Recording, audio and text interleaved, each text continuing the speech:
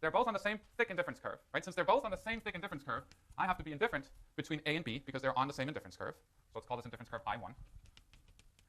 But again, B is northeast of A. I have more Hershey's and more Reese's at B than I have at A. So for more is better, I have to be preferring B to A. By more is better. Can this be? Can it? No, right? It can't be. You have to either be indifferent between the two or prefer one or the other, but both can't be true. So thick indifference curves actually allow you for both to be true. So for those of you who like math a lot, indifference curve always have at any given point just that one point, just that one exact bundle. They're exactly 1 point thick, not more than that. So this again gets Lord Voldemort's seal of disapproval right here. You can't have that. Okay, last one. What was the third one? Can't be upward sloping. Okay, well, the way to show anything, the way to show that this is true, they can't be upward sloping. The easiest way to prove things occasionally is to just draw something that's upward sloping and see what happens, whether that violates anything that we assume to be true about indifference curves. People draw this all the time. Here's my indifference curve. Max, it looks almost the same as what we had before, only instead of a J, this looks like the upside of a hill. Why can't that be the case? Well, let me pick two bundles. They're both on the same indifference curve. So A, this individual has to be indifferent between A and B because both of these are on the same indifference curve, and that's how we define an indifference curve. And then, aren't you getting bored of this more is better thing?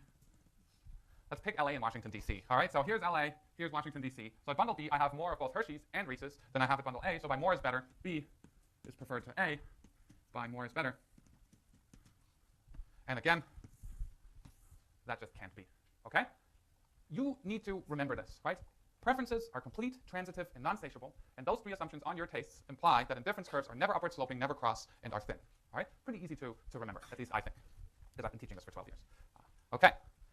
So Max, that was really boring. You're sort of really telling me what I knew about economics all along, that it simply is incredibly boring. Well, you're right, to a certain degree. A lot of the stuff we do is relatively boring. But I think what we're here is not for excitement, right? You go dancing or something for excitement. What we're here to do is to understand human behavior, or an aspect of human behavior. And the aspect of human behavior that we're interested in is to explain how individuals make choices in a world of scarcity.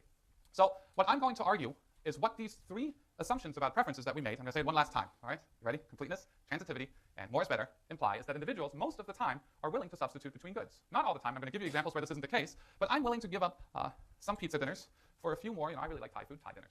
There's some trade-off I'm willing to make. And I also don't want you to think about prices yet, right? If all of this stuff were free, like here, I have vouchers for pizza dinners and Thai food dinners. What trade-offs are you willing to make, right? How many pizza dinners are you willing to give up for one more Thai food dinner? Or how many Thai food dinners are you willing to give up for one more pizza dinner? There's some willingness to trade off between the two.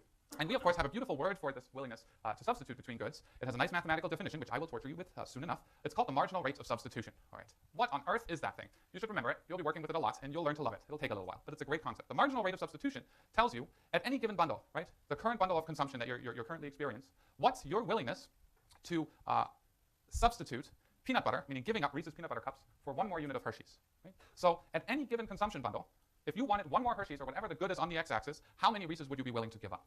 So this, of course, is, and I'm going to draw this in a second, if you're on a given indifference curve and you're on a bundle, it's how many Reese's are you willing to give up in order to get one more Hershey's and maintain the same level of happiness, right, on a given indifference curve. So this is a mathematical concept that will really relate very closely, and we'll see this very soon, to this concept that you may remember of marginal utility, meaning how much additional happiness do you get out of one more unit of consumption of Reese's versus one more unit of consumption of Hershey's. It's relatively how much do you like one more of these two types of goods. But before we get to that concept, marginal utility, you're already getting kind of like, ugh, that was painful when I had that a long time ago. Let's just build the intuition first and convince ourselves that this is actually something we do on a day-to-day basis, all right? So the marginal rate of substitution, I said that already. Should I say it again? Sure. You're going to be asked about this 400 times. You're giving something up.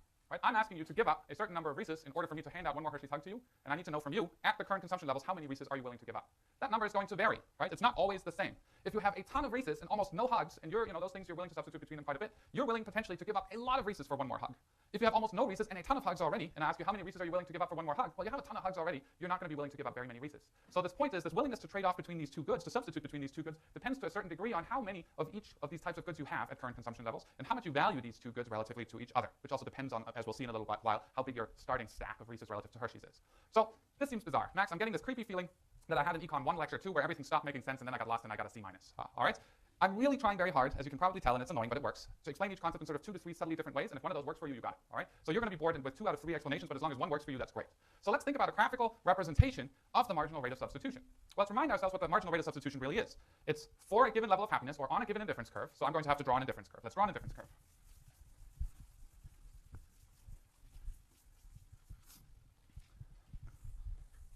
So how about my favorite goods, Hershey's and Reese's, all right?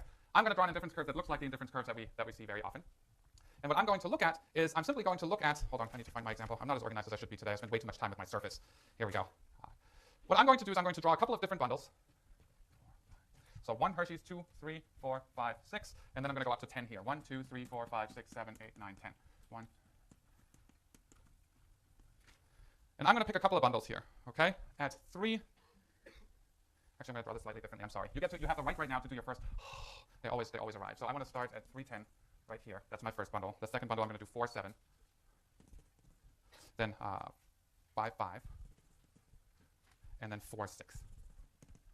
So I can draw my indifference curve through here. I've made these numbers up, of course. This looks like a nice indifference curve. It's downward sloping. It's thin. And it doesn't cross any other indifference curve because I didn't draw any other ones. Okay? So if I call my bundles A, B, C, and D. Let's say we start at bundle A. We're right here. We're at the top of the world. 10 Reese's peanut butter cups. Wow. And 3 Hershey's Hugs. Yeah. All right. So now Max, that annoying econ faculty member, is asking me, Max, no, he's not asking himself. I'm asking you. You have 10 Reese's and 3 Hershey's. How many Reese's are you willing to give up in order to go from 3 Hershey's to 4 Hershey's and maintain your level of happiness? All right? So I want you to move from 3 to 4. But if I didn't take away any Reese's, you'd be better off because you have more of one good and the same with the other. So I'm going to ask you to give up some Reese's, and you're going to tell me how many Reese's you're going to give up and still have the same level of happiness. Well, for this particular individual, right, bundle B right here has 4 Hershey's in it. So run here is exactly 1 unit. And the number of units of Reese's this individual is willing to give up is how many? 3, right? Before you had 10. Now at B, you have 7. So the change here is -3. So you've given up 3 Reese's in order to gain 1 Hershey's. So the marginal rate of substitution for this move here is going to be, I'm giving up 3 Reese's in order to gain 1 more Hershey's. It's going to be -3. If you don't get where that -3 comes from, don't worry. I'll explain that again in a second. So what if we started at bundle B, and now I'm asking again, well, now you have 7 Reese's and 4 Hershey's. How many Reese's at this point would you be willing to give up in order to gain 1 more Hershey's? All right? So to go from 4 to 5, or from bundle B to bundle C. So the run here is 1 more Hershey's. How many Reese's are you willing to give up? Well, you're going from 7 to 5, this particular individual. So your rise here is going to be -2. So in order to go, starting at bundle B, if I give you 1 more Hershey's, in order for you to maintain your level of happiness, you're willing to give up 2 Reese's. So rise over run here is going to be -2. We could play this game one more time. If I wanted to give you 1 more Hershey's and still maintain your level of happiness right here, so go from 5 to 6 units, I would ask you how many Reese's are you willing to give up for that 1 more Hershey's and maintaining your level of happiness. Again, run here is 1. Rise here is you go from 5 Reese's to 4 Reese's, so you're willing to trade them 1 for 1. So the marginal rate of substitution here is you're willing to give up 1 Reese's for 1 more Hershey's, so your marginal rate of substitution is -1. So there's a few things we learn from this example, right? This is one indifference curve. Your indifference curves may look very different, and we're going to draw different types of indifference curves very shortly. But what we're seeing here is already a few things. Is the marginal rate of substitution constant along this indifference curve? Is the number of Reese's you're willing to give up for 1 more Hershey's the same, no matter whether you are at A, B, C, or D? No. Right? The smaller your stash of Reese's gets and the bigger your stash of Hershey's gets, the fewer Reese's you're willing to give up for 1 more Hershey's. So the marginal rate of substitution, your willingness to trade in Reese's for more Hershey's decreases the smaller your stash of Reese's gets and the bigger the stash of Hershey's gets. Right? So the marginal rate of substitution, which is a mathematical number that has a weird name, but our willingness to trade in the good on that y-axis for more of the good on the x-axis diminishes along these nice bowl-shaped indifference curves. So I think that's pretty neat. 2 concepts here. You're willing to trade off between the 2 goods. For these types of indifference curves, the rate at which you're willing to trade these 2 off diminishes the further you get to the right. And that, of course, relates to the relative size of the stashes of the 2 types of goods you're dealing with here. OK. Now, do all indifference curves look like that? You think? No. Anybody here know what Arrowhead and Dasani is? Of course, advertising agencies do an amazing job at making sure that at least everybody in this room at least knows 4 brands of bottled water, I bet you. Anybody here who can't think off the top of their head at 4 brands of bottled water? Yeah, right? Pick it. Fiji, Arrowhead, Dasani. Oh, maybe this guy right here. Pellegrino, there we go. But the point here is, to me, smart water. Well, that's smart water. Is that really water? No, I'm joking. But the point here is, to me, when I'm thirsty, I really like to drink water. Do you have a question?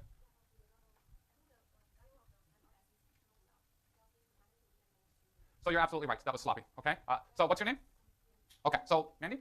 OK, so what you're pointing out is, Max, you're being sloppy here, right? You're saying the value of the MRS goes down, when in fact it's becoming a smaller negative number, right? It's actually going up. If you don't realize that -$1 is a smaller debt than a -$3 debt, you should be fired, right? So I agree. So I'm very sorry. The way we economists think about that is in absolute values, right? Because if you're willing to trade off 1 good for another, it's understood that you're going to give up some of 1 good in order to get more of the other in order to maintain the same level of happiness. So you're absolutely right, 100%. I should have pointed this out. But what I'm saying here is the marginal rate of substitution goes down in the sense you're willing to give up fewer and fewer Reese's in order to gain 1 more Hershey's. But the actual number becomes a negative number that goes closer to 0 as we go down the indifference curve. So when I speak about it in absolute value terms. Thank you for pointing this out. If I find some chocolate in my backpack later, you're getting the whole bag. OK. So perfect subs, and I want to point out, if I say stuff like that and you're sitting there and you're confused, there's 175 people in this class, at least 150 will have the same question. All right, so raise your hand, ask me. I will never make fun of you for your question, I promise. All right, I know some people do that, I don't like it. I'll save that for the last class. All right, perfect substitutes. So to me, when I'm thirsty, I just want water. To me, all bottled waters are perfect substitutes. When I walk into the supermarket, I don't really care whether it's Arrowhead, Dasani, Fiji, or whatever it is. It's flat water. It's not as exciting as beer, but you can't drink beer all day long. All right. So to me, Max, Arrowhead, and Dasani in 16-ounce bottles are perfect substitutes. I'm willing to trade them off one for one. Right. So if I'm at a rock concert, which I never am because I have a kid now, so I just hang out at home, and there's like a big bucket of different brands of bottled water, I don't sit there and I look. Oh my God, is there my favorite brand of bottled water in here? I just blindly grab in and grab a bottle, right? It's water. So to me, these brands of bottled waters are all perfect substitutes. There are people, and I will show you that you're wrong, that argue that they can taste the difference between different brands of bottled water, and about half of you can't do it. I will show this to you at the end of the semester. Okay, there was one guy. I had 6 different brands of bottled water, and he got them all right. All right, that was incredible one year. But I know who he works for now. He probably makes 6 times what I make at this point. A really, really smart guy with really sensitive taste for water. Okay, so Arrowhead, Dasani, doesn't really matter to me which axis you put which one of the goods. So 10, let me just make these roughly the same distance. 10.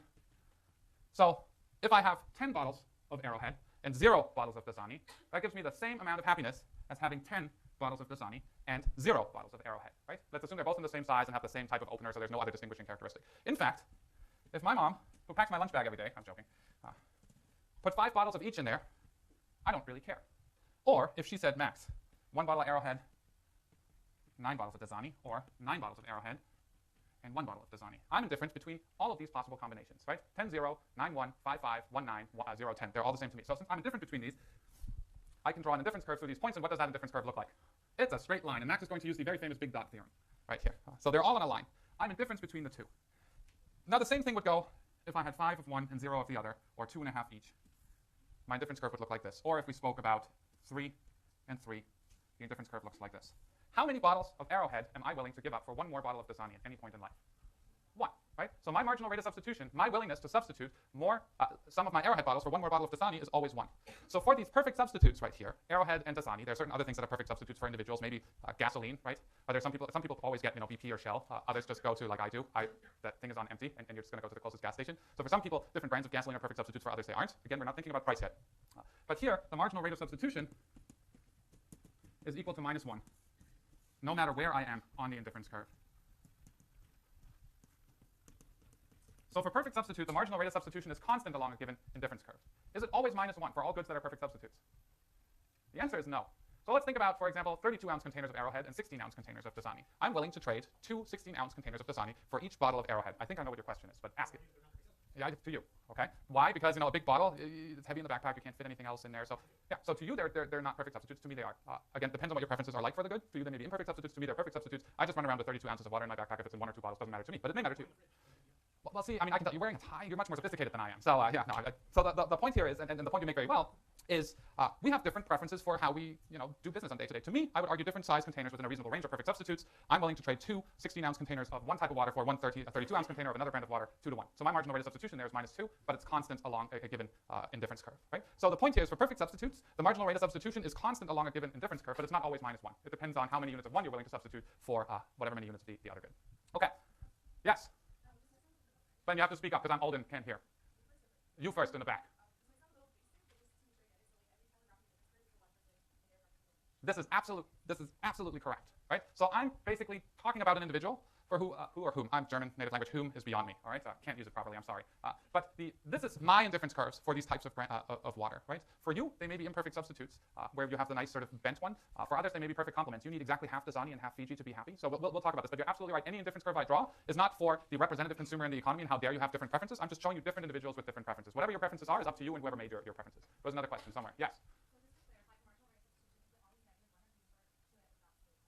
So I will take both answers on exams. If you're technically speaking, we should use the negative number, but if you call it a positive number, I know that you're talking about